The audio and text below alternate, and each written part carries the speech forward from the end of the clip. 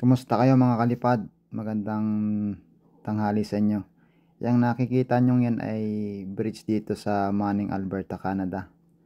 Yan yung ilog namin dito. So nag-start na siyang matunaw yung mga yellow na frozen. Ayan no. Pero matigas pa yung iba niyan. Baka mga ilang linggo pa bago talagang totally maging tubig lahat yan mga kalipad. So babaybayin natin tong ilog na to dito sa Manning.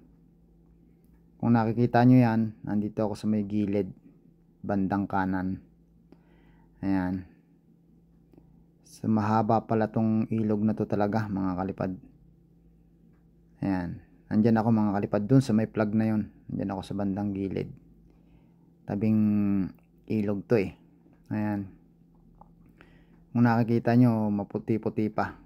Hagyapang matunaw yung mga yellow mga kalipad. Ayan. Babaybay natin yan.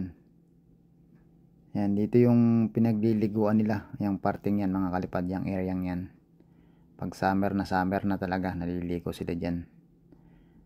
Ayan. Punta tayo dun sa parting Pailaya. Ayan. Makikita nyo naman yung agos ng tubig mga kalipad. Ayan o. Ayan. Tingnan natin yung parte ng mga natutunaw pang mga yellow. Ayan mga kalipad. Talaga palang malawak pala talaga tong ilog na to. Kumbaga sa ano, mahaba pa. Ayan. Pag summer yan, talagang makikita nyo yung mga gilid-gilid niyan, mga puno-puno. Maraming mga dahon na yan. Ayan. Para makita nyo yung kung paano matunaw yung mga snow na naging frozen na, ice na. Ayan. Nagumpisa na silang matunaw. Kasi mainit. Pero mahangin mga kalipad. Kaya medyo malamig pa sa balat.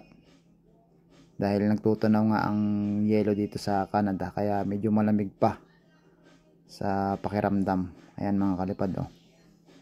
Mahaba pala talaga to mga kalipad. Ngayon ko lang to na baybay tong ilog na to. Ayan mga kalipad oh. Parang may ano pa nga dito. Parang ano ba to? Parang may harang siya.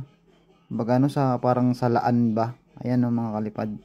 Siguro dahil sa mga dumi siguro. O yan mga kalipad. Bye bye.